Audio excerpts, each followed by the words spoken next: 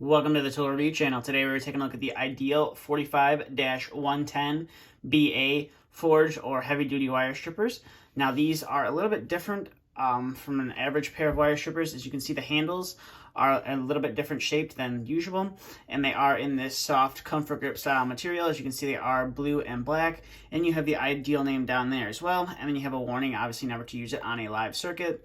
And then you have some tether points right here, so if you were working at a height with this tool, you could tie the tool off and not have to worry about it falling down to the floor.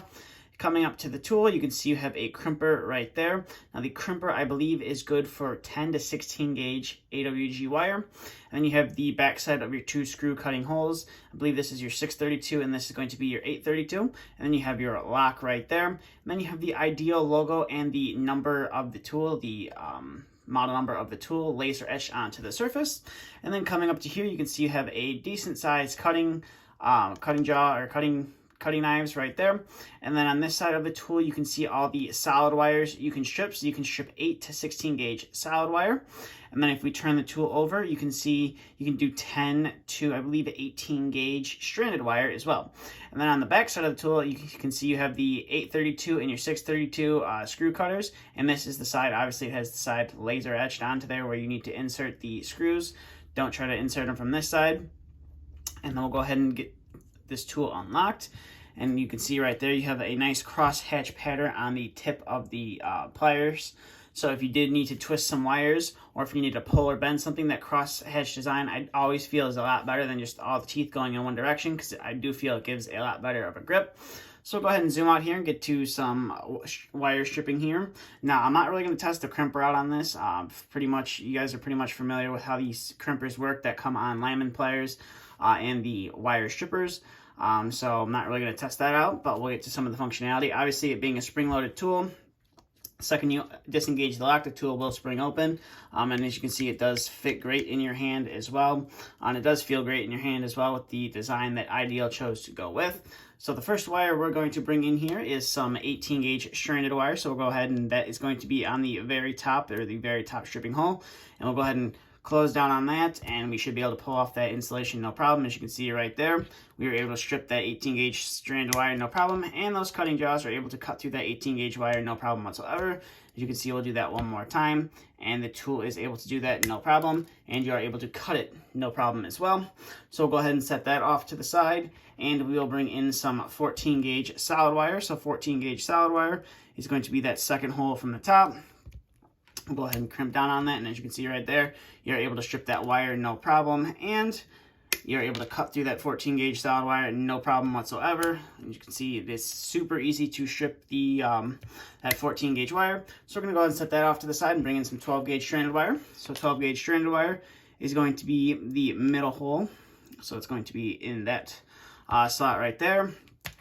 And as you can see right there, you are able to strip that 12 gauge wire no problem whatsoever, and you are able to cut it as well.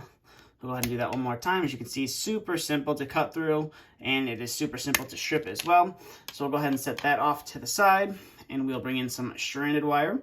So we're going to bring in some 14 gauge stranded wire. So we'll flip on over to the back side, and the 14 gauge stranded wire is going to be that middle hole as well. Pretty much the same size as the 12 gauge solid wire. So we'll go ahead and crimp down onto that, and we will see if we can strip this insulation off no problem.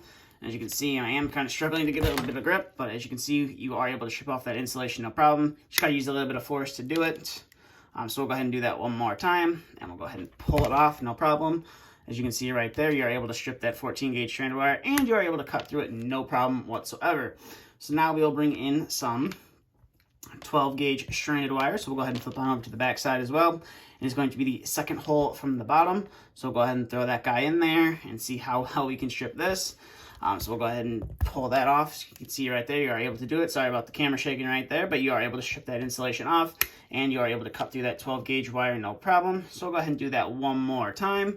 Go ahead and cut that insulation, and we'll go ahead and pull it off. I do find it a little bit hard to pull off the insulation, but obviously the tool is able to do it no problem, and it is able to cut through it no problem whatsoever. So we'll put that off to the side and bring in our final wire we're going to strip. It is the 10 gauge stranded wire, so that's going to be that very bottom hole. and we'll try and get this insulation off of here. And as you can see, definitely struggling with it a little bit, definitely struggling getting that 10 gauge wire off a little bit, but I'm sure if I have some more practice with this tool, I will be able to get it. Let me twist it around. I know that ruffles quite a few feathers for some people here, but as you can see, once you go all the way around, you are able to strip off that wire no problem. So I definitely do feel that stripping hole is a little bit of a challenge to work with, but it obviously, you saw right there, you are able to strip that wire no problem. And now we're going to bring in our last couple of things we're going to test those cutting jaws with. So we're going to see if these cutting jaws can cut through some 14-2 with ground Romex wire. So I'll put that guy in there. And as you can see right there, we are able to cut through that 14-2 Romex wire no problem whatsoever. So now we will bring in some 12-2 Romex wire and see how well we can cut through that. So I'll put that in the knives and we'll go ahead and cut through that. It definitely is a little bit harder to do than with the 14-2, but as you can see, you still are able to do it with one hand, and there's obviously a lot of snapping action, but you are able to cut through that no problem whatsoever. So overall, these are definitely an okay pair of wire strippers from Ideal. I believe you can pick these up at Lowe's if you are looking to add these to your collection or add them to your tool bag. You can pick them up at Lowe's. I believe they're like $30 if I'm not mistaken. And that's really about it for this video. So if you have any questions, comments, concerns, please feel free to leave them down in the comment section below. And if you're new to the channel and you would like to see more content like this, please consider hitting that subscribe button as well. But that's all I have for this video. So thank you for watching and stay tuned for the next video to be uploaded.